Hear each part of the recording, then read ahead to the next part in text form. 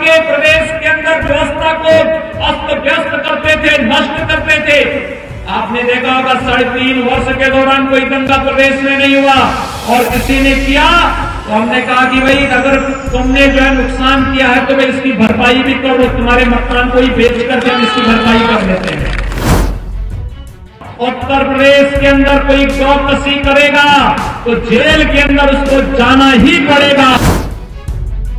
आज प्रदेश सरकार का बुलडोजर जब उन पर चलता है तो एक गरीब की एक आस नहीं जगती है कि अब यहां पर मेरे लिए प्रधानमंत्री आवास बन पाएगा। एक सरकार वह थी जो कहती थी कि हम 100 रुपया भेजते हैं लेकिन गरीब के पास तो 10 रुपया ही पहुंच पा रहा है।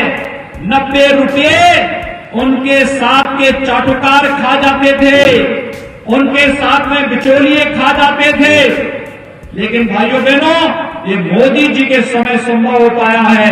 100 रुपये की राशि किसी गरीब के लिए आती है, वो पैसा सीधे गरीब के खाते में जाकर के गरीब उसका नाम ले सकता है। बीच में कोई भी मध्यस्थ नहीं, बीच में कोई बिचौलिया नहीं, बीच में कोई उस पैसे को डकारने वाला दलाल नहीं है। ये कार्य भारतीय जनता पार्टी ही करके दिखा सकती है। याद करिए, कांग्रेस की सरकार थी, सपा बसपा दोनों से समर्थन कर रहे थे, और तब कांग्रेस की सरकार घोषणा करती थी कि देश के संसाधनों पर पहला अधिकार किसका।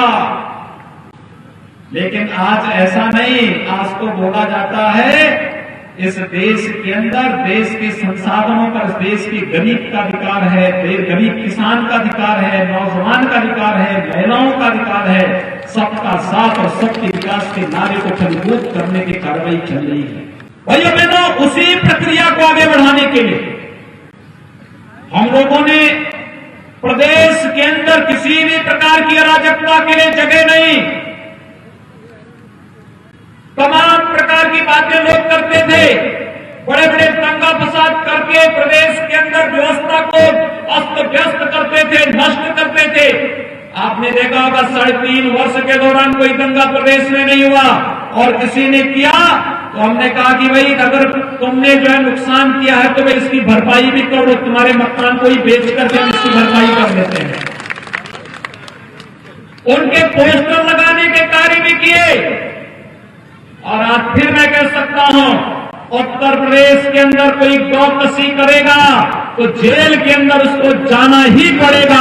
गौ माता की रक्षा हर हाल में करेंगे। हमने हर जनपद के लिए गौशालाएं बनाने के लिए धनराशि उपलब्ध करवाई है, गौ माता के लिए आश्रय स्थल उपलब्ध करवाए हैं, भरण पोषण भत्ता की व्यवस्था भी की है। लेकिन अगर कोई गौ कसी करेगा तो सरकार कानून के दायरे में सख्ती से निपटने का कार्य करके जेल के अंदर ठूंसने का कार्य भी करेगी। इसमें गौ माता की रक्षा के साथ किसी प्रकार का खिलवाड़ भी नहीं होने देंगे। हमने तो विकास भी किया है, हमने सुरक्षा का वातावरण भी पैदा किया है। बड़े माफिया और गुंडे पहले राजनीतिक दलों की शोभा बढ़ाते थे, आज बड़े बड़े गुंडे और अपराधी जिन्होंने गरीबों की, व्यापारियों की संपत्तियों को कब्जा करके, अवैध संपत्ति कब्जा करके बड़े बड़े महलनुमा अवैध इमारतें खड़ी कर दी थी, आज प्रदेश सरकार का बुलडोजर जब उन पर चलता है तो एक गरीब की एक आस नहीं जगती है कि अब यहां पर मेरे लिए प्रधानमंत्री आवास बन पाएगा और मैं भी पक्के मकान में रह पाऊंगा। और नहीं तो जहां भी कोई सार्वजनिक संपत्ति देखी, किसी व्यापारी की संपत्ति देखी, किसी गरीब की संपत्ति देखी, किसी धर्मस्थल की संपत्ति देखी, पिछली सरकारों में गुंडे टूट पड़ते थे, संपत्ति पर कब्जा कर लेते थे, और फिर प्रदेश सरकार के मंत्री और प्रदेश सरकार का मुखिया उन्हें सम्मानित करता था। हम गुंडों के साथ जी हजूरी करते थे।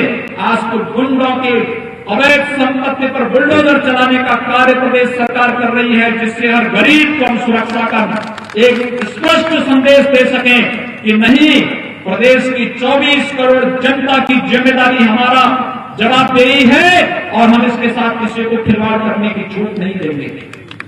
भाइयों बहनों, जहां एक और प्रदेश के विकास के लिए, सुख और समृद्धि और सुरक्षा के लिए पूरी मजबूती के साथ कार्य हो रहा है। आपने देखा होगा पहले इसी प्रदेश में महीनों महीनों दंगे होते थे। पिछले 3.5 वर्ष से तो आपने कोई दंगा प्रदेश में नहीं देखा होगा भी नहीं, क्योंकि दंगाइयों को मालूम है कि अगर दंगा किया तो कहां जाएंगे, क्या स्थिति होने जा रही है।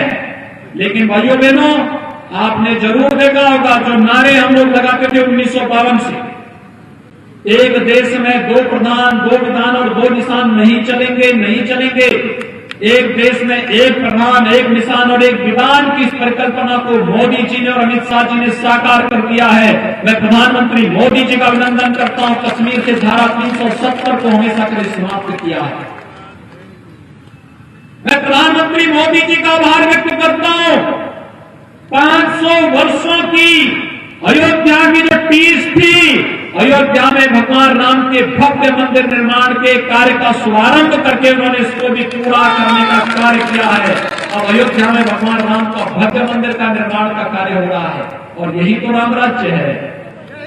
ना जहां न जाति के आधार पर, न क्षेत्र के आधार पर, न भाषा के आधार पर, न मत और मजहब के आधार पर सबका साथ और सबके विकास की भावना को सही मायने में साकार किया जा सके, वही आदर्श राज्य है। वही आदर्श राज्य राम राज्य है, और राम राज्य की इस परिकल्पना को साकार करने के लिए भारतीय जनता पार्टी केंद्र और प्रदेश की दोनों सरकारें कार्य कर रही हैं। और भाइयों बहनों, उसी दृष्टि से आज हम सब आपके बीच में यहां पर आए हैं। हमारा पूरा मंच आया है, यहां के सभी पदाधिकारी आपके बीच आए हैं।